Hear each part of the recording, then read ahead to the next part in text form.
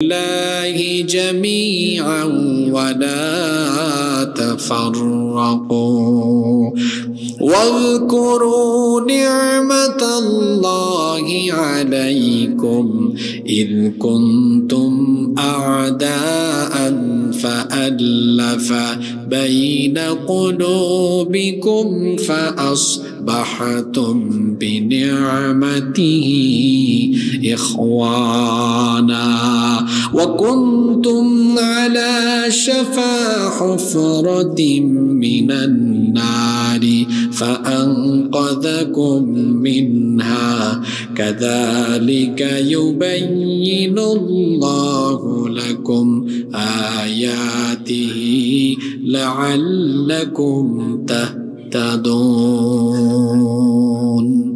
الله تعالى বলছেন واعتصموا بحبل الله جميعا ولا تفرقوا তোমরা ঐক্যবদ্ধভাবে আল্লাহর দ্বীনের রজ্জুকে আঁকড়ে ধরো খবরদার তোমরা বিচ্ছিন্ন হয়ো না বিভক্ত হয়ো না অনৈক্য আর দলাদলিতে মত্ত হয়ে যেও না সবাই ঐক্যবদ্ধ থাকো এই হুকুম যিনি দিয়েছেন জোরে বলেন তিনি কে কেন তোমরা ঐক্যবদ্ধ থাকবে না কেন তোমরা দলাদলি করবে ওয়াজকুরু নি'মাতাল্লাহি আলাইকুম আর তোমাদের উপরে আল্লাহ প্রদত্ত সেই নিয়ামতের কথা তোমরা স্মরণ করো ঈমান আনার আগে ইদ কুনতুম আদাআন যখন তোমরা ছিলে একজন আরেকজনের দুশমন ঈমান আনার আগ পর্যন্ত তোমরা ছিলে একজন আরেকজনের শত্রু আল্লাহর নবী এমন এক সমাজে দাওয়াত দেওয়া আরম্ভ করেছেন সেই সময়ের মানুষগুলো সভ্য ছিল না অসভ্য ছিল বর্বর ছিল সামান্য বিষয় নিয়ে মারামারি করত এক গ্রুপ আরেক গ্রুপকে এক বংশের মানুষ আর এক বংশের মানুষকে খুন করে ফেলতো আল্লাহ সেই নিয়ামতের কথা স্মরণ করিয়ে দিচ্ছেন তোমাদের এই গোষ্ঠীর সাথে আরেক গোষ্ঠী এই এলাকার সাথে আরেক এলাকার দুশমনী ছিল কিন্তু যখনই উভয়ে তোমরা ঈমান আনলে তখন তোমাদের মধ্যে আর কোনো দুশমনী থাকলো না ঈমান আনার কারণে উভয়ের মধ্যে অন্তরে দয়া আর ভালোবাসা পয়দা করে দিয়েছেন কে সে আল্লাহ বলছেন ফাআল্লাফা বাইনা কুলুবিকুম যখন উভয়ে ঈমান আনলে তখন তোমাদের অন্তরের মধ্যে আল্লাহ তাআলা ভালোবাসা বৃদ্ধি করে দিলেন তোমাদের অন্তরের মধ্যে আল্লাহ দয়া মহব্বত সৃষ্টি করে দিলেন তখন তোমরা আল্লাহর দয়ায় ফাআসবাহতুম বিনিআমাতিহি ইখওয়ানা তখন তোমরা শত্রুতার পরিবর্তে একজন আরেকজনের ভাই হয়ে গেলে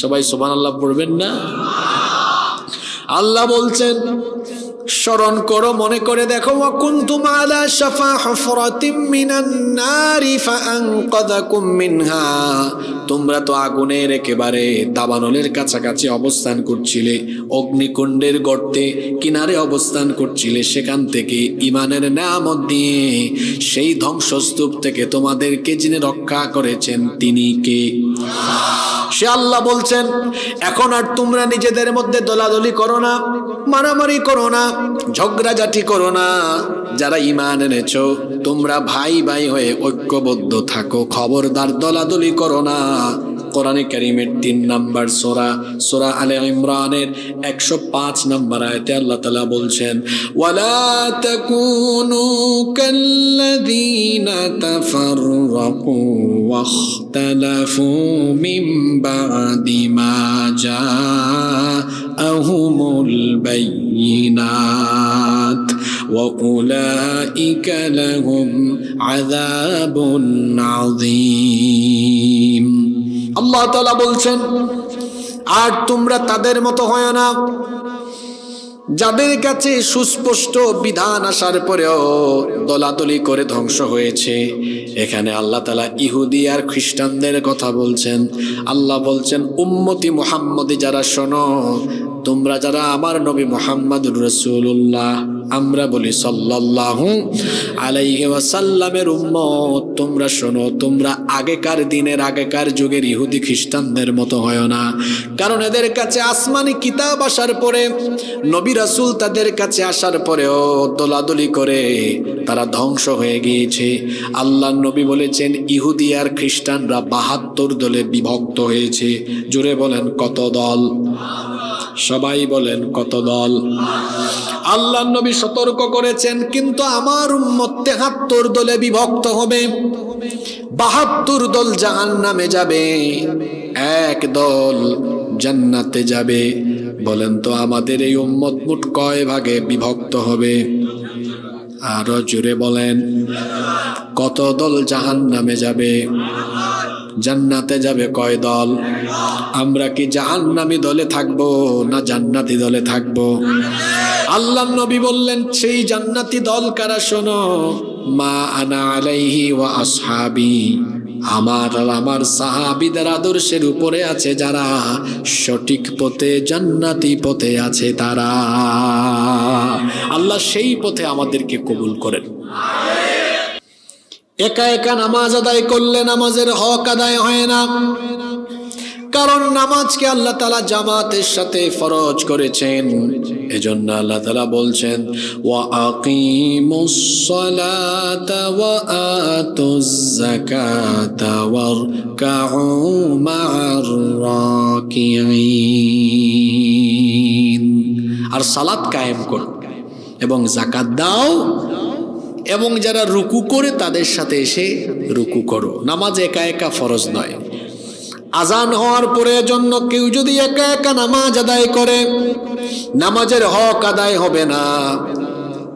একা একা নামাজ আদায়ের চাইতে জামাতে নামাজ আদায় করার মধ্যে 27 গুণ বেশি সওয়াব রয়েছে। সুবহানাল্লাহ। তার মানে আপনি যদি কোনো নামাজ 27 বার একা একা আদায় করেন, 27 বার একা একা আদায় করার কষ্ট, 27 বার একা একা আদায় করার সওয়াব পেয়ে যাবেন একবারে গিয়ে আপনি জামাতে নামাজ আদায় করতে পারলে। সুবহানাল্লাহ। এজন্য নামাজ আদায় করতে হবে জামাতের সাথে। জোরে বলেন কিসের সাথে? আজান হওয়ার পরে যারা মসজিদে জামাতে শামিল হয় না, আল্লাহ নবী বলেছেন আমার ইচ্ছে করে, আমার মন চায় আগুন জ্বালায়া তাদের ঘর বাড়িগুলো জ্বালায়া পোড়ায়া ছারখার করে দিই। যদি সেখানে মহিলা আর শিশুরা না থাকতো, ঘর বাড়ি জ্বালানোর আদেশ আমি দিয়ে দিতাম। আল্লাহু আকবার। তাহলে বোঝা গেল নামাজ জামাতের সাথে আদায় করতে হবে, কারণ নামাজকে জামাতের সাথে ফরজ করেছেন কে? জামাতের নামাজ আমাদেরকে ঐক্যবদ্ধ থাকার শিক্ষা দেয়। আমরা যখন মসজিদের ভেতরে নামাজে জামাতে দাঁড়াই, তখন বলেন তো আমাদের মধ্যে কোনো বিভেদ বা দলাদলি থাকে নাকি? বলেন থাকে নাকি? যারা কওমি মাদ্রাসার আলেম, যারা আলিয়া মাদ্রাসার আলেম, যারা আহলে হাদিস, যারা সুন্নি, কিংবা যারা মাদ্রাসায় পড়ে বা যারা মাদ্রাসায় পড়ে না, জামাত বলেন, হেফাজত বলেন, খেলাফত বলেন, জমিয়ত বলেন, চরমোনাই বলেন, বিভিন্ন পীর সাহেবের দরবার বলেন, বিভিন্ন ক্ষেত্র বিভিন্ন জায়গার লোকেরা যখন মসজিদে যায়, তখন কারো সাথে কেউ কোনো বিভেদ বা দলাদলি করে নাকি? জোরে বলেন করে নাকি? কওমি মাদ্রাসার আলেম তিনি আলিয়া মাদ্রাসার আলেমকে তার পাশ থেকে সরাইয়া দেন না। জামাতের কেউ হেফাজতের কাউকে তার লাইন থেকে সরাইয়া দেয় না, বরং দেখা যায় হেফাজত, জামাত, জমিয়ত, খেলাফত, চরমুনাই, সুন্নি, ওয়াহাবি সব সুন্দর করে কাছাকাছি পাশাপাশি দাঁড়িয়ে যায়। নামাজে যেভাবে আমরা এক কাতারে মিলেমিশে দাঁড়াই, এইভাবে যদি মসজিদের বাইরে, নামাজের বাইরে আমরা সকল আলেমরা এক সারিতে থাকতে পারতাম, বাংলাদেশে কোনো নাস্তিক বাম রাম আলেম ওলামা বা ইসলামের উপরে আঘাত করার সাহসও পেত না। আমাদের দেশের আলেমরা যদি এক হয়ে যেতে পারতেন, আমার মনে হয় বাংলাদেশের মানুষ জোর করে হুজুরদের হাতে, আলেমদের হাতে বাংলাদেশের দায়িত্বই তুলে দিত। আসলে আপনাদের মন মানসিকতা ভালো। আপনারা তো আলেমদেরকে এক দেখতে চান নাকি আলাদা দেখতে চান? আপনারা সবাই আলেমদেরকে এক দেখতে চান কি চান না? এটা আমাদের আলেমরা বুঝেন। আমাদের আলেমরা বুঝে না। একজন দেখা হইলে আরেকজনের সাথে সালামও দেয় না, কয় হ্যাঁ কি জানে, সব আমি জানি। আসলে সে কিছুই জানে না। এটা করবেন না, উদারতা লালন করুন। এই যে রোজা সামনে আসতেছে, আল্লাহ আমাদেরকে রমজান পর্যন্ত পৌঁছে দাও, বলেন আমিন। এই যে রোজা, সিয়াম, এই ইবাদত আমাদেরকে ঐক্যবদ্ধ থাকার শিক্ষা দেয়। কিরকম? আচ্ছা বলেন তো, তাম দুনিয়ার মুসলমানরা রমজান এর রোজা এক মাসে রাখে না ভিন্ন ভিন্ন মাসে রাখে? এক মাসে। সবাই যে মাসে ফরজ রোজা পালন করে ওই মাসটার নাম কি? সবাই বলেন না, রমজান। কারণ এই মাসেই রোজাকে ফরজ করেছেন কে? তাহলে বলেন তো, রমজানের রোজায়ও আমাদের ঐক্য আছে না নাই? বীর পুরুষের মতো কথা বলবেন। তাহলে রমজানের রোজায়ও আমাদের ঐক্য আছে না নাই? নামাজে আছে না নাই? নামাজেও আছে, রোজায়ও। আচ্ছা, এখন যদি আমরা হজের দিকে তাকাই, হজ বছরে কয়বার ফরজ? একবারই, এক মাসেই হয়। আচ্ছা, হজ কি কেউ চাইলেই আপনার শাবান মাসে করতে পারবে? কেউ কি হজ চাইলে রবিউল আউয়াল মাসে করতে পারবে? ওমরা করতে পারবে বছরের যে কোনো সময়। কিন্তু হজ কি চাইলে রবিউল সানি মাসে করতে পারবেন? শাবান মাস, রজব মাস, শাওয়াল মাস, রমজান মাস, কোনো মাসে কি হজ করা যাবে? কেউ যদি বলে না রমজান ফজিলতের মাস, এই মাসেই হজ করব, পারবে? পারবে? বরং হজের নির্ধারিত কয়েকটি দিন আছে, ওই সময় হজ আদায় করতে হবে। এজন্য তাম দুনিয়ার মুসলমানরা ওই সময় হজে যায়। নামাজেও ঐক্য আছে, রোজায়ও ঐক্য আছে, হজেও নাকি নাই? আছে। শুধু তাই নয়, ওখানে যখন সবাই হজে যায় তখন আরেকটি চিত্র আমাদের চোখের সামনে ভেসে ওঠে। সেটা কি? আফ্রিকার মানুষ কি কালো! আরে বাপরে বাপ, কালো না? অনেক কালো, আবার খুব লম্বা, আবার বডি টডিও মোটা সোটা। আমরা এদের কাছে কিছুই না, একটা গুতা মারবে আপনি পড়ে যাবেন গিয়া।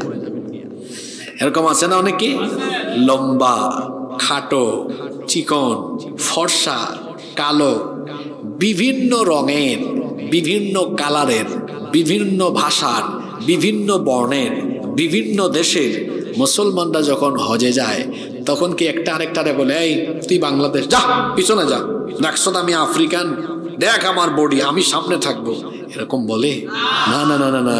দেখবেন একসাথে তাওয়াফ, একসাথে সাফা মারওয়ায় সাই, জামরাতেও একসাথে যাচ্ছে। আরাফার মাঠে সাদা কালো, উঁচা মোটা, লম্বা চিকন সব দাঁড়ায় গিয়েছে, ভাই ভাই হয়ে ঐক্যবদ্ধ হয়ে সেখানে অবস্থান নেয়। আল্লাহু আকবার। আচ্ছা বলেন তো, আরাফাতের মাঠে হাজি সাহেবরা যেভাবে বিভিন্ন দেশের হাজিরা গিয়ে এক মাঠে থাকে, এক থাকে, আপনারা বলেন তো এইভাবে যদি তামাম দুনিয়ার 58টা দেশের মুসলমানরা এক থাকতো, গাজায়, ফিলিস্তিনে আমাদের ভাই বোনদের উপর নির্যাতন করার সাহস অসভ্য ইসরায়েল আর মার্কিনীরা, আমেরিকানরা কি মোরলগিরি করার সাহস দেখাতে পারত? কিন্তু আমরা কি এক আছি? জোরে বলেন, এক আছি?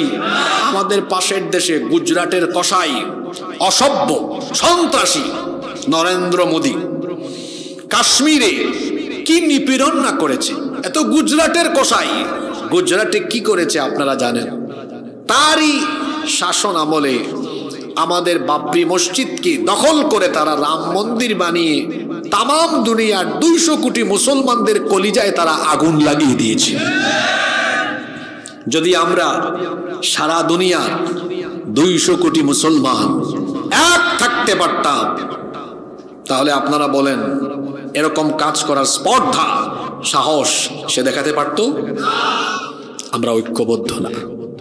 ইয়া আল্লাহ, ইয়া রাব্বি, এ কোন মুসিবতে পড়েছি আমরা! তাহলে 1 নম্বর, ঐক্যবদ্ধ থাকার হুকুম কার?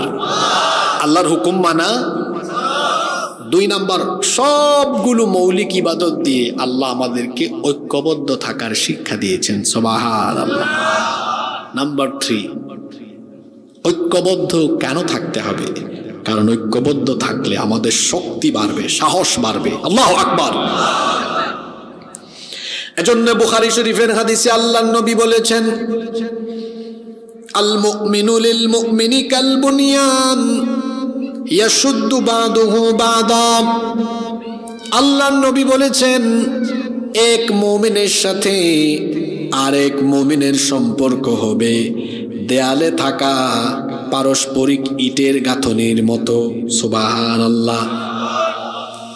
ওই যে মসজিদ, এই মসজিদ বানানোর সময় প্রথমে কি করা হয়েছে? ওই যে বেসমেন্ট দেওয়া হয়েছে, তাই না? তারপরে শর্ট কলাম দিয়েছে না, তারপর গ্রেড বিম দিয়েছে, পিলার দিয়েছে, এরপরে এখানে ইট গাঁথনি দিয়েছে। আচ্ছা, ইট গাঁথনি দেওয়ার আগে ইটের ভাটা থেকে যখন একটা গাড়ি দিয়ে ইট আনার পরে এই ইট প্রথমে কোথায় রাখে? মাটিতে রাখে না, সব মিলায় রাখে না এমনি রেখে দেয়? এমনি রেখে দেয়। এই ইট যতক্ষণ বালু আর সিমেন্টের মশলা দিয়া একটার সাথে আরেকটার জোড়া লাগানো না হয়, তখন 100টা ইট বলেন তো দুর্বল না শক্তিশালী? বালু আর সিমেন্টের মশলা মাখায়া এরপরে রাজমিস্ত্রি যখন একটার সাথে আরেকটা মশলা দিয়ে জোড়া দেয়, পুরাটা দেয়াল যখন হয়ে যায়, তখন বলেন তো এটাকে ধাক্কায়া ফালাতে পারবেন? তখন এই ইটগুলো শক্তিশালী না দুর্বল? আল্লাহু আকবার। রসুলের উপমা দেখেন, আল্লাহর নবী বলছেন মুমিনে তো সম্পর্ক হবে এমন ওই দেয়ালে লাগানো ইটের মতো। ইটের সাথে ইট লেগে গেলে যেমন শক্তিশালী দেওয়াল হয়, ঠিক তেমনি ভাবে তামাম দুনিয়ার মোমেনরা যদি এভাবে কাঁধে কাঁধ লাগিয়ে ঐক্যবদ্ধ থাকে, সীসা ঢালা প্রাচীরের মতো ঐক্যবদ্ধ থাকা মুসলমান এই জাতিকে পরাস্ত করা পৃথিবীর কোনো পরাশক্তির পক্ষে সম্ভব নয়। কিন্তু এই ইটগুলো অর্থাৎ এই মুসলমানরা আজকে কি এক না আলাদা আলাদা? অথচ আল্লাহর নবী বলেছেন মুমিনে সম্পর্ক হবে দেয়ালে থাকা পারস্পরিক ইটের গাঁথনির মতো। আল মুমিনুনা কাল জাসাদিল ওয়াহিদ, মুসলমানরা হলো একটি দেহের মতো। বলেন তো আপনার শরীরের, আপনার দেহের কোনো একটা অংশে যদি আপনি আঘাত পান, তাহলে পুরো শরীরের মধ্যে এই ব্যথা কি হবে না? মুমিনে সম্পর্ক হবে এমন, একজনের সুখে দুঃখে, একজনের দুঃখে বিপদে আপদে সে পাশে থাকবে। যেভাবে করে অসুস্থ হলে কোনো একটা অংশে ব্যথা পেলে গোটা শরীরে তার অনুভূতি আসে, মুমিনে সম্পর্ক হবে। বাড়ি হলো চট্টগ্রাম, চকরিয়া, কক্সবাজার, কিন্তু সিলেটে, খুলনায়, রাজশাহীতে যদি কোনো মুসলমানের উপর আঘাত আসে, সে তখন চকরিয়া থেকে ওই মুসলমানের পক্ষে এখান থেকেই প্রতিবাদের আওয়াজ তুলবে। কারণ সব মুসলমান একটা দেহের মতো। সব মুসলমান কিসের মতো? একটা দেহের মতো। আল্লাহ আমাদেরকে এভাবে এক দেহের মতো এই অনুভূতি নিয়ে আমাদেরকে জাগ্রত থাকার তৌফিক দান করেন। ঐক্যবদ্ধ কেন থাকতে হবে? নম্বর 4, 4 নম্বর পয়েন্ট। আমরা এর আগে 3টা পয়েন্ট বলেছি, পয়েন্টগুলো মনে রাখতেছেন তো? আমি আবার রিভাইজ করাই দিব। 1 নম্বর কি বলেছিলাম? ঐক্যবদ্ধ থাকার হুকুম কার? আল্লাহর হুকুম মানা নফল না ফরজ? 2, আমাদেরকে সকল মৌলিক ইবাদতের মাধ্যমে ঐক্যবদ্ধ থাকার শিক্ষা দিয়েছেন কে? 3, ঐক্যবদ্ধ এজন্য থাকবেন, ঐক্যবদ্ধ থাকলে শক্তি বাড়ে না কমে? শক্তি বাড়ে। শক্তি বাড়ে। একটা লাঠি যদি আপনার হাতে দেওয়া হয়, আপনি একটা লাঠিকে সামান্য একটু গুতা দিয়া ভেঙে ফেলবেন, কিন্তু 100টা লাঠি যদি আপনার হাতে দেওয়া হয়, আপনি কি আর ভাঙতে পারবেন? পারবেন না। কারণ একা থাকলে শক্তি কম থাকে, যখন ধরবে মেরুদণ্ড একদম ভেঙে ফেলবে। আর একা না থেকে আমরা সবাই এক থাকলে পরে আমাদের কাছে আসার, আমাদের বিরুদ্ধে কথা বলার সাহস কেউ পাবে না। নম্বর 4, ঐক্যবদ্ধ থাকতে হবে। এই কারণে ঐক্যবদ্ধ থাকলেই আমাদের উপরে রহমত, অনুগ্রহ, দয়া, বরকত যিনি বাড়িয়ে দিবেন তিনি কে?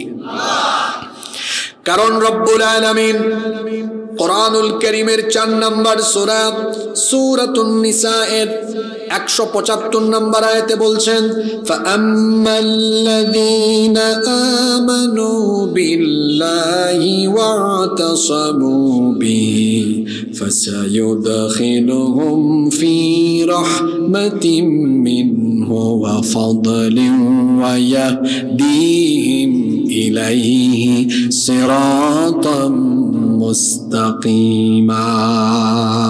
আল্লাহ তাআলা বলছেন, অতএব যারা আল্লাহর উপর ঈমান আনে, এর উপরে যারা ঐক্যবদ্ধ থাকবে, ফাসায়ুদখিলুহুম ফি রাহমাতিম মিনহু ওয়া ফাদলিন, আল্লাহ বলছেন শীঘ্রই আল্লাহ তাআলা তাদেরকে তার দয়া আর অনুগ্রহের ভেতরে প্রবেশ করাবেন। সুবহানাল্লাহ। শুধু তাই নয়, আল্লাহ তাআলা আরো বলেছেন, ওয়া ইয়াহদিহিম ইলাইহি সিরাতাম মুস্তাকিমা। ঐক্যবদ্ধ থাকলে পরে এই ঐক্যবদ্ধ মুসলিম জাতিকে হেদায়াতের পথ, সোজা পথ, সঠিক পথ যিনি দেখায়া দিবেন তিনি কে? ঐক্যবদ্ধ থাকার মধ্যে রহমত আছে, আর আল্লাহর রহমত যাদের সাথে থাকবে, এই জাতিকে মোকাবেলা করার মতো কেউ পৃথিবীতে দাঁড়াতে পারবে? আচ্ছা, কারোর সাথে যদি আল্লাহই থাকেন, তাহলে বলেন এদের শক্তি কম না বেশি? আল্লাহ যার সাথে আছেন তাকে কেউ মোকাবেলা করতে পারবে? যার সাথে আল্লাহ আছেন তার শক্তি বেশি। তারা সংখ্যায় যদি কম হয়, আল্লাহ সাথে থাকলে এদের সাথে কেউ পারবে?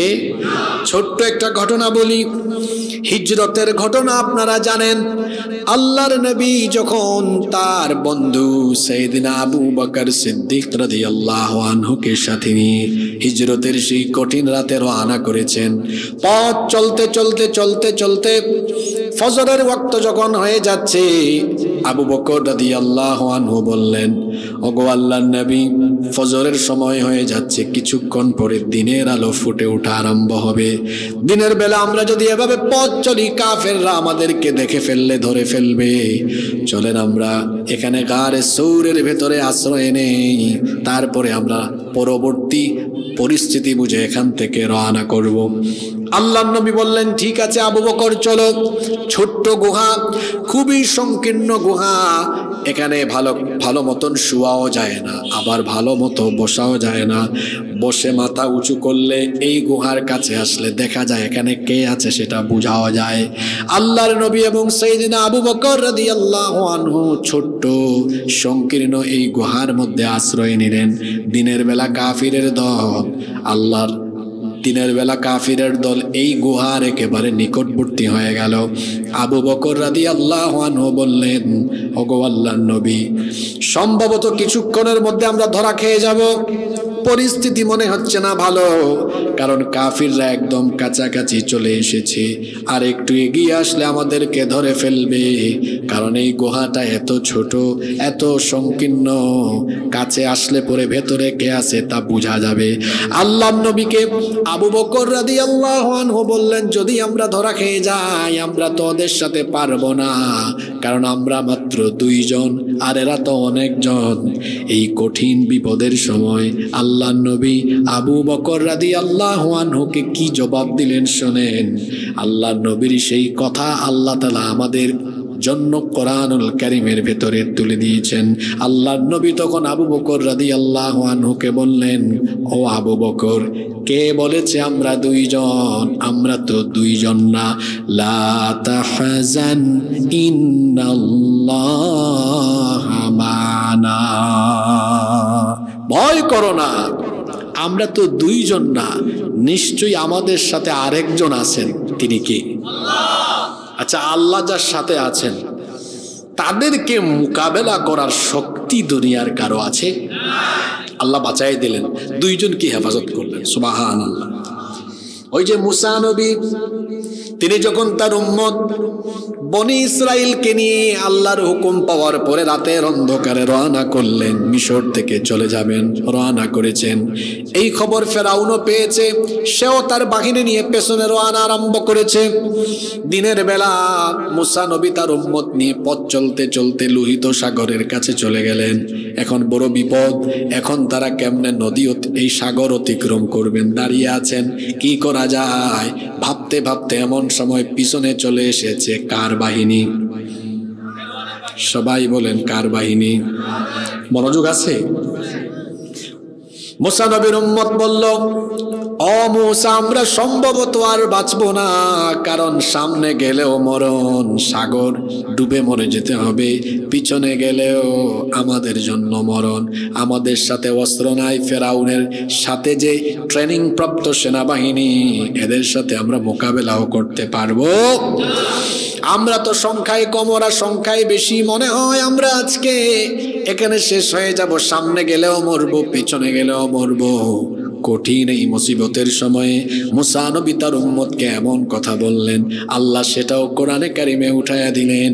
মুসা নবী তার উম্মতকে বললেন, কাল্লা ইন্না মাইয়া রাব্বি সায়াহদিন। কখনো নয়। কে বলেছে আমরা কম? ইন্না মাইয়া রাব্বি, নিশ্চয়ই আমাদের সাথে আছেন আমাদের রব। তিনি কে? তা আল্লাহর সাথে থাকলে কোনো ভয় আছে? তিনি বলছেন সায়াহদিন, অবশ্যই তিনি আমাদেরকে পথ দেখায় দিবেন। আল্লাহ কি পথ দেখায় দেন নাই? বিপদ থেকে কি আল্লাহ বাঁচান নাই? ও মুসলমানেরা, আমরা যদি এক থাকি, আমাদের ম্যান্ডেট কি আছে কি নাই, আমাদের লোকবল কত আছে, আমাদের কি কি অপূর্ণতা আছে, গ্যাপ আছে, এটা নিয়ে আমরা চিন্তা করা লাগবে না। সব গ্যাপ আল্লাহ পূরণ করে দিবেন। ঐক্যবদ্ধ থাকলে আল্লাহর রহমত যখন আসবে, তখন এই শক্তিশালী মুসলিম জাতিকে মোকাবেলার কেউ আর থাকবে না। তাহলে ঐক্যবদ্ধ থাকতে হবে কেন? 4 নম্বর পয়েন্ট আমরা কোরআন থেকে খুঁজে বের করলাম। ঐক্যবদ্ধ থাকলে পরে তাদের উপরে রহমত আসবে যার তরফ থেকে, তিনি কে? নাম্বার 5, এজন্য ঐক্যবদ্ধ থাকতে হবে। ঐক্যবদ্ধ থাকলে দিন কায়েমের পথ কঠিন হবে না সহজ হবে? আচ্ছা, দিন কায়েম করা নফল না ফরজ? নামাজের আগে আল্লাহ দিয়েছেন আকিমু শব্দ, আছে না? আকিমুস সালাহ। আকিমু মানে কি? প্রতিষ্ঠা করো। ঠিক একই শব্দ আল্লাহ দিয়েছেন দিন শব্দের আগেও, আকিমুদ দিন। দিন কি করো? প্রতিষ্ঠা করো। দিন প্রতিষ্ঠা করা এটা শুধু আমার আপনার দায়িত্ব নয়, আমাদের নবীর দায়িত্ব নয়, বরং পূর্ববর্তী নবীদেরকেও এই দায়িত্ব যিনি দিয়েছিলেন, জোরে বলেন তো তিনি কে? কোরআনুল কারীমের 42 নম্বর সূরা, সূরাতুশ শুরা এর 13 নম্বর আয়াতে আল্লাহ তাআলা বলছেন, শারা'a লাকুম মিনাদ-দীনি মা ওয়াসসা বিহি নূহান ওয়াল্লাযী আওহাইনা ইলাইকা ওয়া মা ওয়াসসাইনা বিহি ইব্রাহিমা ওয়া মূসা ওয়া ঈসা আন আকিমুদ-দীন ওয়া লা তাতাফাররাকু ফীহি। আল্লাহ তাআলা বলছেন, তোমাদের জন্য সেই দিনকে বিধিবদ্ধ করে দেওয়া হয়েছে যা ইতিপূর্বে নূহ আলাইহিস সালামকেও দেওয়া হয়েছিল। ও নবী, আপনার উপরে যে ওহী নাজিল করা হচ্ছে, এই রকম ওহী আপনার আগে ইব্রাহিম, মূসা এবং ঈসার কাছেও পাঠানো হয়েছিল। সকলকে কি দায়িত্ব দেওয়া হয়েছিল? আন আকিমুদ্দিন, আমার জমিনে আমার দিন কায়েম করো। সুবহানাল্লাহ। তাহলে সব নবীদের দায়িত্ব একরকম না ভিন্ন রকম? না, আপনারা তো আসতে বললেন, আপনাদের মনে হয় মনের ভিতরে সন্দেহ আছে। কোনো সন্দেহ আছে? সব নবীদের দায়িত্ব কয় রকম? জোরে বলেন, কয় রকম? আচ্ছা বলেন তো, কোন নবী রাসূল কি দুনিয়াতে এসে মানুষকে তাদের গোলামের কথা বলেছেন? না, সব নবী রাসূল এসে কার গোলামের দাওয়াত দিয়েছেন? প্রত্যেকের দাওয়াত ছিল, আল্লাহ বলছেন, ওয়ালাকাদ বাআসনা ফি কুল্লি উম্মাতির রাসূলা আন ইবুদুল্লাহা ওয়াজতানিবুত তাগুত। আর অবশ্যই আমি প্রত্যেক জাতির জন্য নবী পাঠিয়েছি, রাসূল পাঠিয়েছি। সকলেই একই দায়িত্ব নিয়ে এসেছিলেন। সবার দায়িত্ব ছিল, তারা তাদের উম্মতকে, জাতিকে বলেছিলেন, আনি ইবাদুল্লাহ, ইবাদত করো কার? আরো জোরে বলেন, কার? এতটুকু দাওয়াত তারা দেন নাই। বুঝার চেষ্টা করেন, নবীদের দাওয়াতের আরো একটা অংশ ছিল। আল্লাহ কোরআনে কারিমে বলেছেন, তারা বলেছেন আনি আবুদুল্লাহ, আল্লাহর ইবাদত করো। আর আরো একটা কথা আছে, সেটা বলেছেন ওয়াজিতানিবুত তাগুত, তাগুত থেকে তোমরা বেঁচে থাকো, তাগুতের সাথে সম্পর্ক ছিন্ন করো, তাগুতকে তালাক দাও। জোরে বলেন, তাগুতকে কি দাও? তাগুত আবার কি? তাগুত হচ্ছে ব্যাপক অর্থবোধক একটা শব্দ। একেবারে সংক্ষেপে যদি আপনি বলেন যে তাগুত মানে কি, সংক্ষেপে উত্তর হলো আল্লাহর জমিনে আল্লাহর দিন প্রতিষ্ঠার বিরোধী যারা, তাগুত হলো ফেরাউন তাগুত, নমরুদ তাগুত। ফেরাউনের কথা তো আল্লাহ সরাসরি কোরআনেই বলেছেন, ইযহাব ইলা ফিরআউনা ইন্নাহু তাগা, ফেরাউনের কাছে যাও, কারণ সে সীমালঙ্ঘনকারী তাগুত।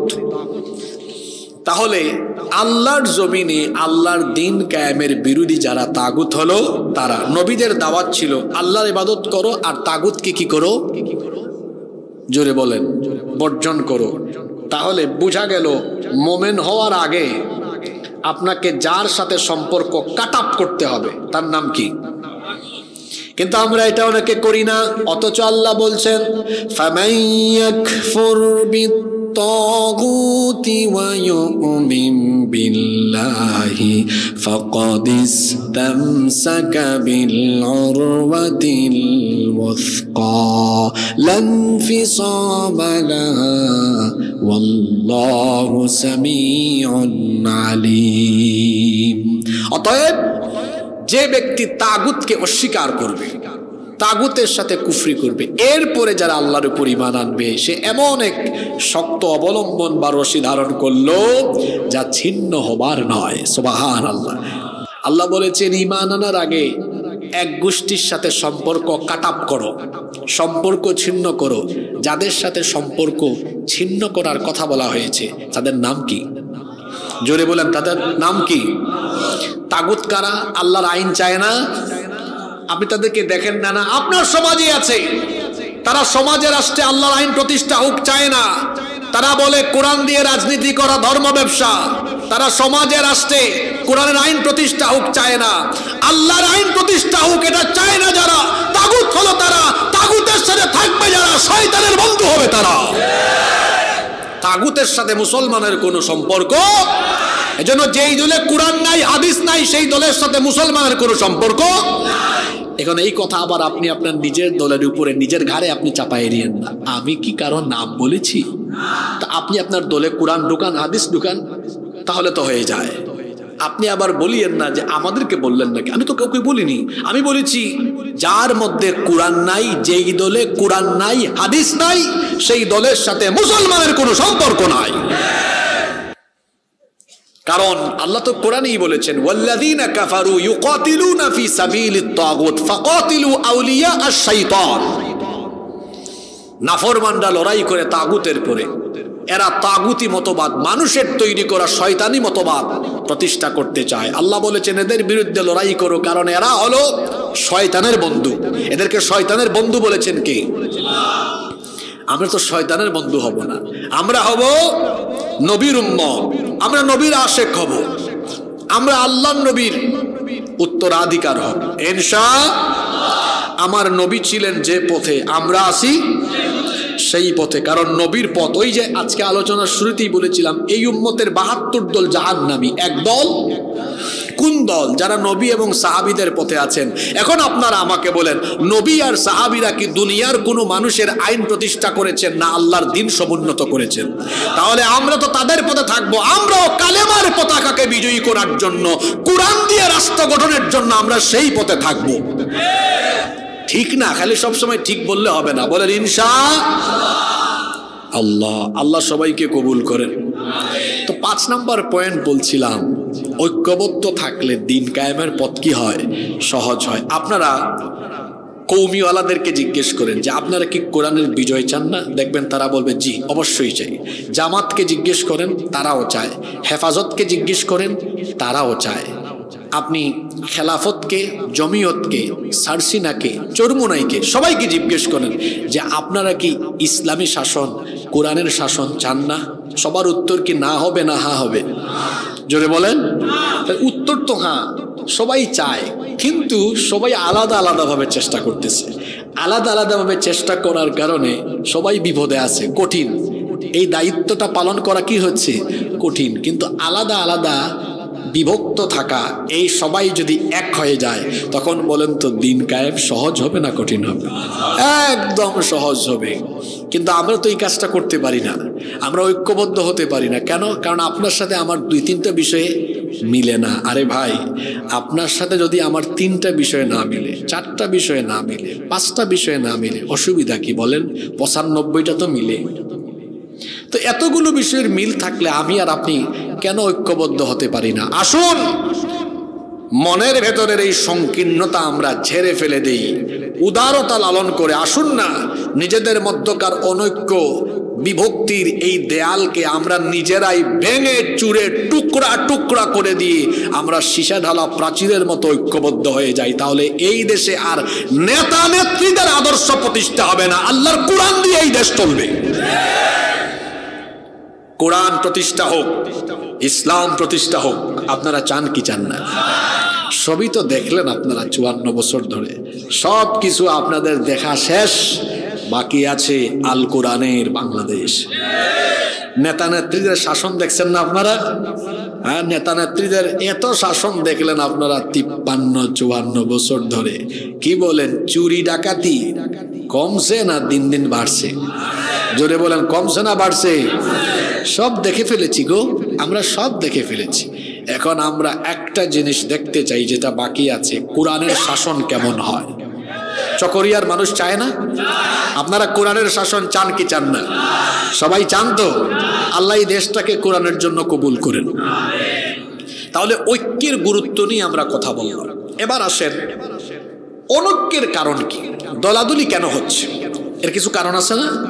আসেন আমি আমার ক্ষুদ্র জ্ঞানে যে কয়েকটা কারণ ফাইন্ড আউট করেছি, এগুলো আপনাদের সাথে শেয়ার করি। কষ্ট হচ্ছে আপনাদের?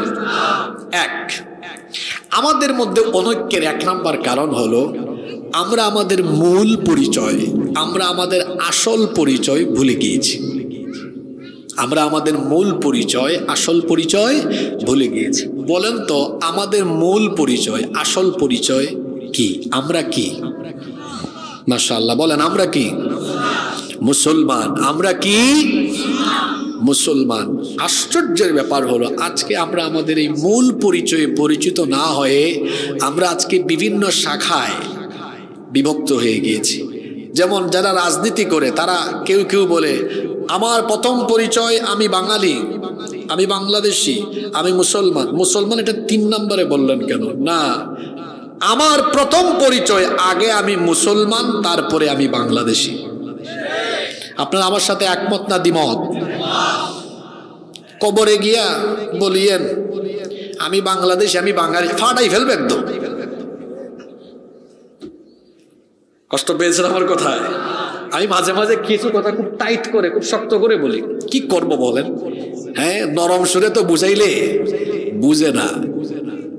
এক পরিচয় আমাদের, আমাদের পরিচয় কি? আমাদের পরিচয় কি? মুসলমান। আমাদের মধ্যে অনৈক্য থাকার এই প্রথম কারণ হচ্ছে আমরা মূল পরিচয়ে পরিচিত না।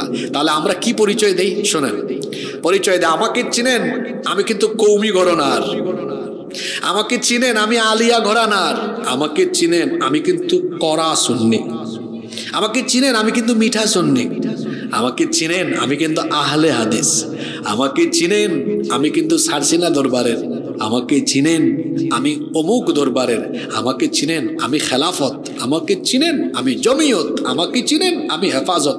আশ্চর্য ব্যাপার, আপনার জন্য আফসোস হয় আপনি আপনার নিজের পরিচয় সাহস করে মুসলমান বলতে পারেন না। আমাদের আসল পরিচয় কি? জোরে বলেন, আসল পরিচয় কি? শুনেন আল্লাহর কোরআন থেকে শুনেন,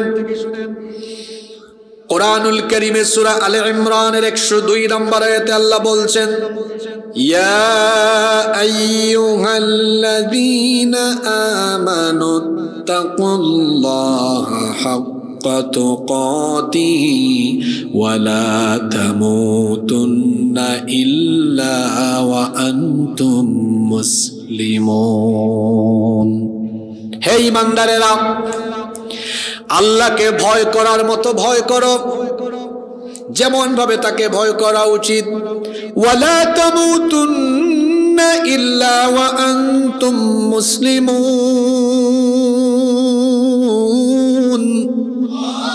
আর তোমরা মুসলমান না হয়ে মৃত্যুবরণ করো না।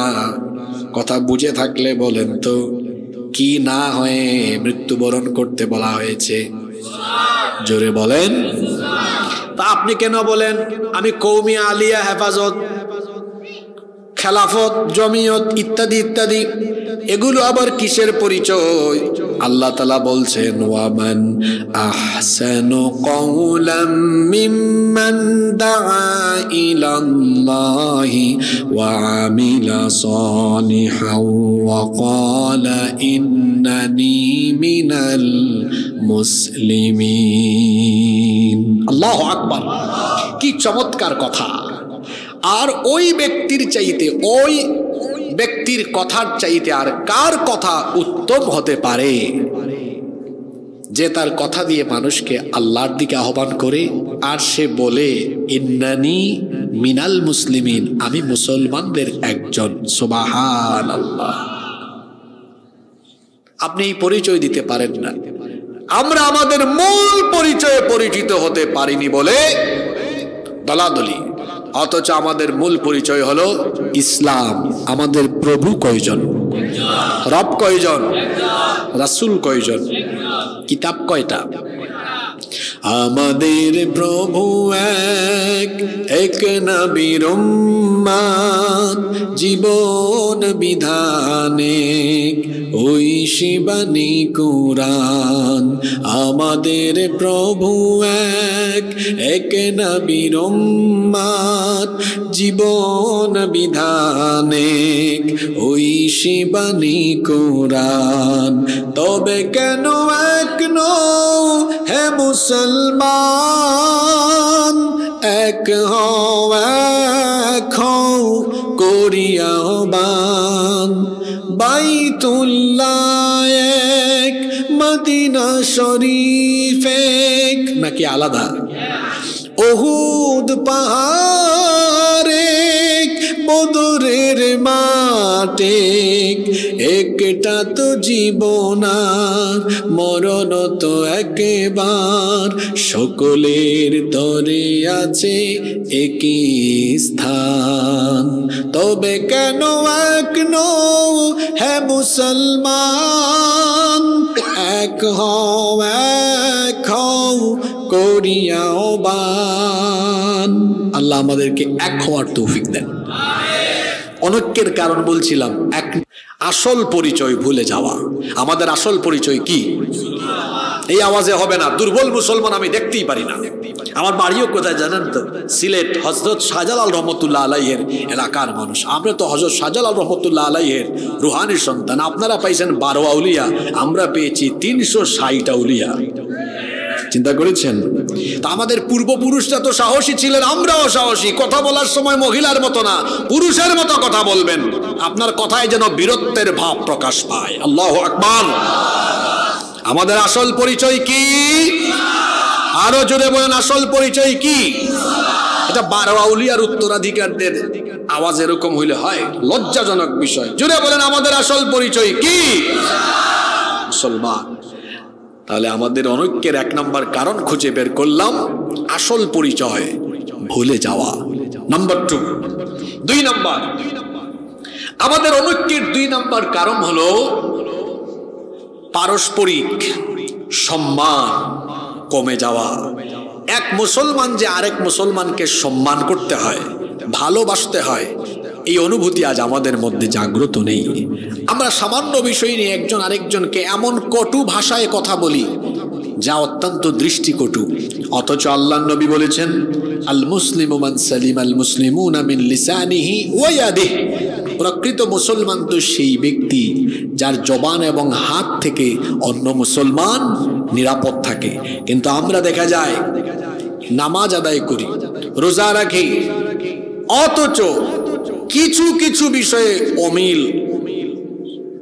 এরপরে মতানৈক্য থাকার কারণে, ইখতিলাফ থাকার কারণে কথা বলতে গিয়ে একজন আরেকজনকে ছাড় দেই না। এটা তো মুমিনের বৈশিষ্ট্য নয়।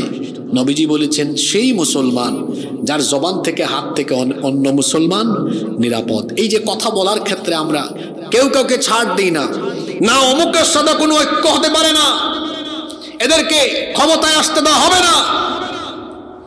দেখেন এক ইসলামী দল আরেক ইসলামী দলকে বলতেছে, আশ্চর্য ব্যাপার।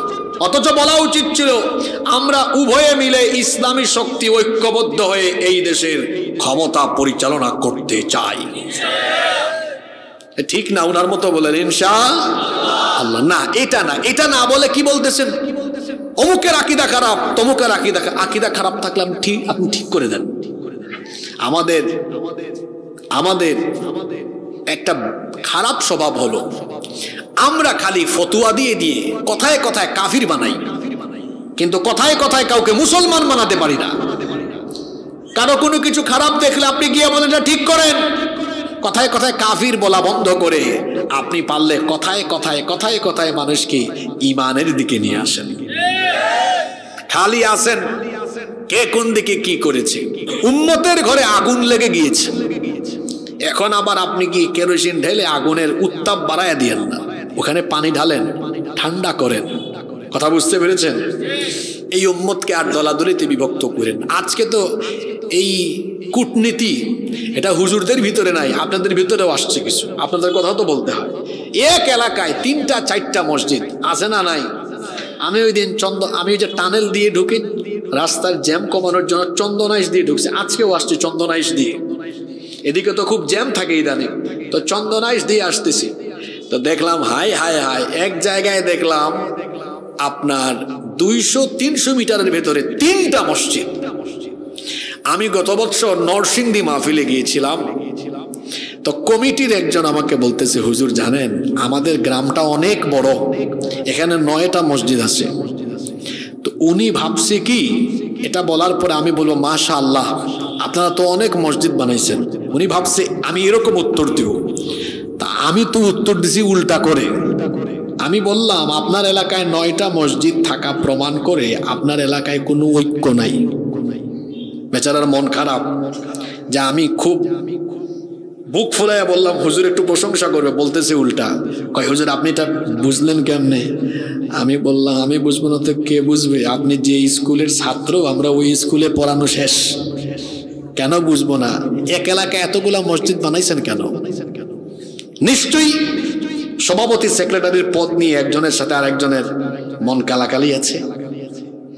নিশ্চয়ই কেউ জুড়ে আমিন আস্তে আমিন বলে এই ঠনকো বিষয় নিয়ে মারামারি করেছেন। নিশ্চয়ই কেউ আমিন জুড়ে বলে আস্তে আমিন বলে এই ছোট্ট বিষয় নিয়ে মসজিদকে ভাগ করে দিয়েছেন।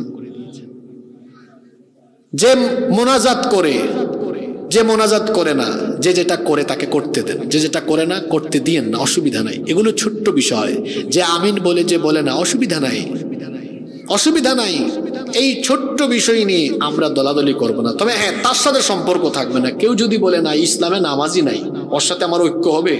ঐক্য কি হবে? অত ইসলাম থেকেই খারিজ হয়ে গিয়েছে। কিন্তু আমার ভাই নামাজে আসে, হয়তো আমিন কেউ জুড়ে বলে কেউ আসতে বলে, অসুবিধা কি? সে তো নামাজে আসে, সেও নামাজি আমিও নামাজি, মিল আছে। সুতরাং কে জুড়ে কে আসতে, কে মোনাজাত করে কে করে না, এটা কোনো ফ্যাক্ট হতে পারে না। আমরা নামাজিরা ভাই।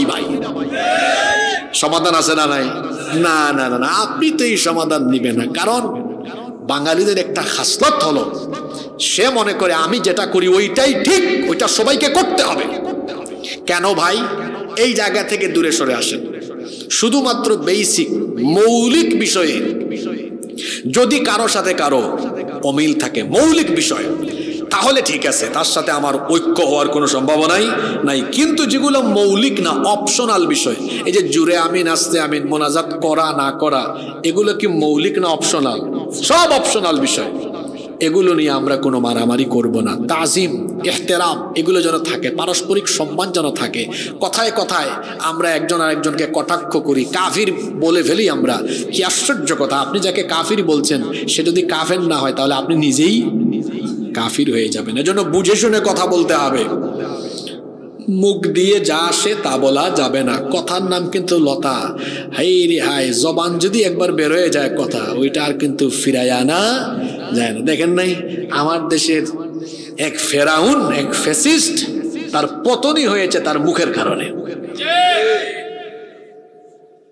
মুখ দিয়ে যেটা বলা দরকার সেটা না বলে যদি উল্টা পাল্টা বলেন, বের হয়ে গেলে কিন্তু আর ফিরাই আনতে পারবেন না। এই জন্য আমাদের ঐক্য প্রক্রিয়া নষ্ট হয়, এমন কোনো কথা কখনো পাবলিকলি বলবেন না। আসলে ঐক্যবদ্ধ থাকি, অনৈক্য ছড়িয়ে যায় এমন কথা যেন আমরা জবান দিয়ে বের না করি। আপনারা আমার উপর বেজার হবেন কিনা জানি না, কিন্তু কথা এটা সত্য বলতে হবে। দেখবেন এই যে আজকের মাহফিলটা করলো, যুবকেরা, এলাকার মুরব্বীরা, বিশিষ্ট ব্যক্তিবর্গ যারা আছেন, সবাই অনেক সহযোগিতা করে কষ্ট করে মাহফিলটা করেছেন। বাংলাদেশে অনেক মাহফিলে দেখা যায় অনেক বক্তারা কোরআন হাদিসের আলোচনা বাদ দিয়ে শুধু গীবত চর্চা করে, আর এরে কাফের বানায় তারে কাফের বানায়। আপনাদের চট্টগ্রামে এগুলো অনেক কম, তাই না? এক পার্টি আছে গালিগালাজের পার্টি, চট্টগ্রামে আছে না? একটা নামই পাবলিক দিয়েছে, এটা গালিবাজ। আপনাদের চট্টগ্রামে একজন আছে না? কত নাম আপনারা দিয়েছেন, বোলডুজার, হুলডুজার, মুলডুজার, কত কিছু দিয়েছেন আপনারা। হ্যাঁ, আরেকজন তো গিয়া মাজারে চায়, বাজান ও বাজান, ব্যাককল। কবরে শুয়ে থাকা কোনো মানুষ আমাদের জন্য কিছু করতে পারবে? বরং এরা তাকায় আছে আমাদের দিকে, বাজান তোরা আমাদের জন্য দোয়া কর। তারা আমাদের দোয়ার মুখাপেক্ষী, আমরা কবরে থাকা কারো মুখাপেক্ষী নই। আকীদা পরিষ্কার করেন। কবরে শুয়ে থাকা মানুষের দোয়ার দরকার, জীবিতদের দোয়ার দরকার আছে না? আছে, কিন্তু জীবিতদের কবরে থাকা লোকদের কাছে তাদের কোনো প্রয়োজন নাই। ভালো মানুষ কেউ থাকলে তার জীবনী থেকে শিক্ষা নিতে পারেন, এতটুকু বাস। কিন্তু কবরে গিয়া বললেন আমার এইটা দেন ওইটা দেন, ও কোত্থেকে দিবে? কারণ যা কিছু দেওয়ার মালিক কে? দেওয়ার মালিক কে? কষ্ট হচ্ছে নাকি আপনাদের? তো বলছিলাম অনৈক্যের 2 নম্বর কারণ পারস্পরিক সম্মান কমে যাওয়া। না, আমরা এক ভাই আরেক ভাইকে সম্মান করব, বড়দেরকে রেসপেক্ট করব, ছোটদেরকে স্নেহ করব, আমরা সবাই মিলেমিশে থাকবো ইনশাআল্লাহ। 3, আমাদের মধ্যে অনৈক্যের আরো একটা কারণ হলো ইসলাম বিরোধীদের ষড়যন্ত্র, ইসলাম বিরোধীদের চক্রান্ত। এটা দেশীয় ষড়যন্ত্র। আমার দেশে যারা ইসলামী রাজনীতি করে না, এরা তাদের নিজের ক্ষমতা আর চেয়ারের জন্য সব সময় চায় হুজুরে হুজুরে একটা ভেজাল লাগায় রাখি আমরা। কারণ হুজুরে হুজুরে ভেজাল থাকলে মাঝখান দিয়ে ফায়দা নিব আমরা। এটা আমাদেরকে বুঝতে হবে। এই জাতের মানুষ যারা, এদের খপ্পর থেকে আমাদেরকে বেঁচে থাকতে হবে। এরা সব সময় চায় ইসলামিস্টরা যেন এক হতে না পারে। এজন্য দেখা যায় তারা কিছুদিন ওর কাছে যায়, কিছুদিন ওর কাছে যায়, কিছুদিন উনাকে কুলে তুলে, কিছুদিন উনাকে আছাড় মারে। সব কথা তো পরিষ্কার করে বলতে পারবো না, কিছু আকারে ইঙ্গিতে কথা আপনাকে বুঝে ফেলতে হবে। তা আমার দেশেও এমন কিছু ইসলাম বিরোধী শক্তি আছে যারা চায় না ইসলামপন্থীরা ঐক্যবদ্ধ হোক।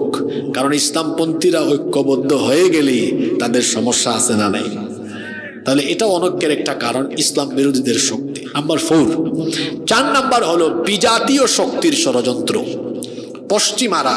আর আমাদের পাশে আর একটা দেশ আছে না, এরা কি কোনোদিন চাইবে যে ইসলামপন্থীরা এক হয়ে যাক? যদি বলেন চাইবে, তাহলে আমাদের অনৈক্যের এটা আরেকটা কারণ ওদের ষড়যন্ত্র। আপনি দেখুন, আমরা ভালো কথা বললেও তারা আমাদেরকে জঙ্গি বানায়, সন্ত্রাসী বানায়। অথচ ইসলামের সাথে সন্ত্রাস আর জঙ্গিবাদের কি কোনো সম্পর্ক আছে? জোরে বলেন আছে? সন্ত্রাসবাদের সাথে জঙ্গিবাদের সাথে ইসলামের কোনো সম্পর্ক নাই। বরং ইসলামের শিক্ষা হলো শান্তির, ইসলামের শিক্ষা হলো সমৃদ্ধির। অথচ তারা, আপনাকে আমি একেবারে চোখে আঙ্গুল দিয়ে দেখাই, এই আমেরিকার মোড়লরা যাকে যোদ্ধা বলে, বিশ্ব মিডিয়া তাকে যোদ্ধা বলে। আমেরিকা যাকে জঙ্গি বলে, মিডিয়াও তারে জঙ্গি বলে। আফগানিস্তানের তালেবানদেরকে আমেরিকানরা বলেছে কি? জঙ্গি। এরপরে তালেবানরা যখন তাদের দেশকে পুনরুদ্ধার করেছে, তখন তারা তাদেরকে সমর্থন দিয়ে পালায় গিয়েছে। এখন আর তারা জঙ্গি না। আচ্ছা বলেন তো, আপনার দেশকে যদি আরেক দেশ এসে দখল করার চেষ্টা করে, আপনি যদি আপনার দেশ বাঁচানোর সংগ্রাম করেন, তাহলে আপনি কি জঙ্গি না যোদ্ধা? কথা বলেন না কেন? আপনি যোদ্ধা। তো আপনার তো তালেবান যারা আছে, তালেবান শুনলে বাংলাদেশের মানুষ মনে করে জঙ্গি। তালেব এটা আরবি শব্দ, তালেব মানে কি? স্টুডেন্ট, ছাত্র। ওই আফগানিস্তানেও বিপ্লব শুরু করেছিল কারা? ছাত্ররা। ওই আমাদের বাংলাদেশেও একটা বিপ্লব হলো না কয়েক মাস আগে, জুলাই আগস্টে 36-এর সেনারা। এরা কারা? সব ছাত্ররা। আজকেও শুনলাম ছাত্ররা নাকি কোথায় আবার হানা দিছে। তো এই যে 36 গেছে 32-এ আর কি, আজকে 36 গেছে কোথায়? 32-এ। বাংলাদেশের ছাত্রদেরকে আর খেপায়েন না, কারণ যুবকরা বড় সাংঘাতিক। যুবকরা হলো টর্নেডোর মতো, যুবকরা হলো নদীর স্রোতের মতো। নদীর স্রোতের সামনে যা আসে ওটা থাকে না, ভেসে যায়। 36-এ যারা আন্দোলন করেছে এরা সবাই কিন্তু যুবক। এই 36-এর সামনে 31 আসুক আর 32 আসুক, সব কিন্তু ভেসে চলে যাবে। যুবকদেরকে চেতাইয়েন না। তা আমি যাদের কথা বলছিলাম, ওই বাংলাদেশে যেমন ছাত্রদের মাধ্যমে একটা অভ্যুত্থান হয়েছে, এই আফগানিস্তানেও লড়াই এগিয়ে এসেছে। আগে কারা? ছাত্ররা। ওইটাকে তারা বলতেছে কি তাদের ভাষায়? তালেবান। এটা আরবি শব্দ। তো বাংলাদেশের মানুষ আবার তালেবান শুনলেই মনে করে এটা মনে হয় জঙ্গি। না, এটা কোনো খারাপ শব্দ না। তো দেখেন আমেরিকা যাকে ইচ্ছা তাকে কি বানায়? জঙ্গি বানায়। আপনি দেখেন ট্রাম্প, ডোনাল্ড ট্রাম্প ক্ষমতায় এসে সে বলতেছে আমি ফিলিস্তিনে শান্তি প্রতিষ্ঠা করব। শুনেন শয়তানের কথা, শুনেন কথা কিন্তু বলছে ভালো, কিন্তু মতলব আমি ফিলিস্তিনে শান্তি প্রতিষ্ঠা করব। আচ্ছা কিভাবে শান্তি প্রতিষ্ঠা করবে? সে বলতেছে গাজা, ফিলিস্তিনে যারা আছেন তাদেরকে আমি মিশরে আর জর্ডানে পাঠাই দিব, দিয়ে আমি যুদ্ধ বন্ধ করে দিব। বলেন এটা সমাধান হইল না আরো সমস্যা বাড়াইলো? ফিলিস্তিন আর গাজায় যারা আছে এরা কি এই দেশের না ভিন দেশে? কথা বলেন না কেন? বরং অসভ্য ইহুদিরা যারা একটি জারজ রাষ্ট্র, ইসরায়েল রাষ্ট্র প্রতিষ্ঠা করেছে, এটা একটা জারজ অসভ্য রাষ্ট্র। এরা ইসরায়েলের, এরা ফিলিস্তিন বলেন, আর যেটাকে তারা দখল করে তাদের দেওয়া নাম দিয়েছে ইসরায়েল। 1 ইঞ্চি মাটিও তাদের না। তো ট্রাম্প যদি শান্তি চাইতো সে বলতে পারতো ইসরায়েলিদেরকে এই মধ্যপ্রাচ্য থেকে বের করে দাও, তাহলেই শান্তি আসবে। কারণ যার ঘর তারে ফিরিয়ে দিতে হবে। এই ফিলিস্তিনের মাটি কাদের? ফিলিস্তিনিদের। ট্রাম্প সাহেব আপনি কি শান্তি প্রতিষ্ঠা করবেন?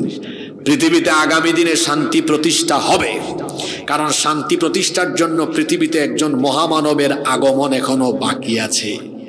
আছে না? বলেন তো দেখি নাম কি? না বলেন নাম কি? ইমাম মাহদি। ইমাম মাহদি আসবেন। ঈসা নবীর এখনো ইন্তেকাল হয় নাই। এই 2 জন বীর পুরুষ আসবেন। আল্লাহ নবী বলেছেন তারা এসে গোটা পৃথিবীকে শাসন করবেন। সুবহানাল্লাহ বলবেন না?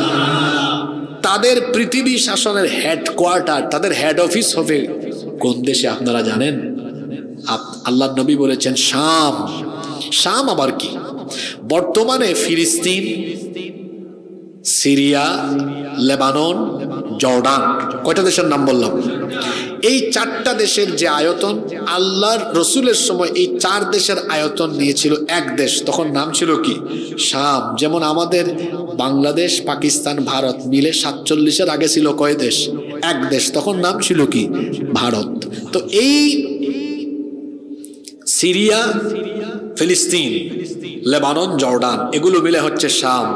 নবীজি বলেছেন ঈসা আলাইহিস সালাম পৃথিবীতে আসবেন, ইমাম মাহদি আসবেন, তারা পৃথিবীকে রাজত্ব করবেন, আর তাদের হেডকোয়ার্টার হবে শামে, অর্থাৎ এই ফিলিস্তিনে। যারা এখন রক্ত দেয়, জীবন দেয়, ট্রাম্প সাহেব আপনি তাদেরকে বের করে দিবেন। আল্লাহর নবীর ভবিষ্যৎবাণী, ফিলিস্তিনিরা আগামীর পৃথিবী শাসন করবে। আপনাদের কাছে কি এটা মিথ্যা মনে হয় নাকি? আপনার কাছে মিথ্যা মনে হইলো আমার কিছু করার নাই। রসুলের কথার চাইতে সত্য কোনো কথা আর হতে পারে? আল্লাহর কথা, রসুলের কথা মিথ্যা হতে পারে? তো বলছিলাম আমাদের অনৈক্যের আরো একটা কারণ হলো বিজাতীয় দুশ্মনদের ষড়যন্ত্র। এবার আসেন আমরা সর্বশেষ পয়েন্ট নিয়ে কথা বলবো। এই অনৈক্যের ফলাফল হিসাবে আমাদের কি ক্ষতি হলো? 1, আমাদের শক্তি কমে গিয়ে আমরা মুসলমানরা এখন দুর্বল আর একটি লাঞ্ছিত জাতি হিসাবে পৃথিবীতে পরিণত হয়েছি। দিকে দিকে মুসলমানরা এখন হয়ে গেছে কিসের মতো জানেন? আমি একটা উদাহরণ দিই, ফুটবলের মতো। ফুটবল প্লেয়াররা দুই দলেরই থাকুক, দুইটা দল খেলে না, কিন্তু যে দলই পায় আদর করে ফুটবলকে, না লাথি মারে? জোরে বলেন কি মারে? মুসলমান হয়ে গেছে এখন তামাম দুনিয়ায় ফুটবলের মতো, সবাই খালি লাথি মারে। এর কারণ আমরা ঐক্যবদ্ধ হতে পারিনি। অনৈক্যের ফলে আজ আমরা লাঞ্ছিত, অধিকার হারা এক নিগৃহীত জাতিতে পরিণত হয়েছি। নাম্বার 2, 2 নাম্বার, অনৈক্যের ফলে প্রত্যেকটা মুসলমান দেশে বিজাতীয় আগ্রাসন প্রতিষ্ঠা হয়ে গিয়েছে। দেখুন, আমার এই বাংলাদেশে যদি ইসলামপন্থীরা ঐক্যবদ্ধ থাকতো, ভারতীয় আগ্রাসন, মার্কিন আধিপত্যবাদ কোনটাই প্রতিষ্ঠা হতে পারত না, পারবেও না। অনৈক্যের ফলে বিজাতীয় আগ্রাসন আমার দেশে প্রতিষ্ঠা হয়েছে। আসুন আমরা একটু বোঝার চেষ্টা করি, একত্রিত হই, তাহলে দেখবেন বিজাতীয় আগ্রাসন নয়, বরং আল্লাহর দ্বীন এই দেশে প্রতিষ্ঠা হবে ইনশাআল্লাহ।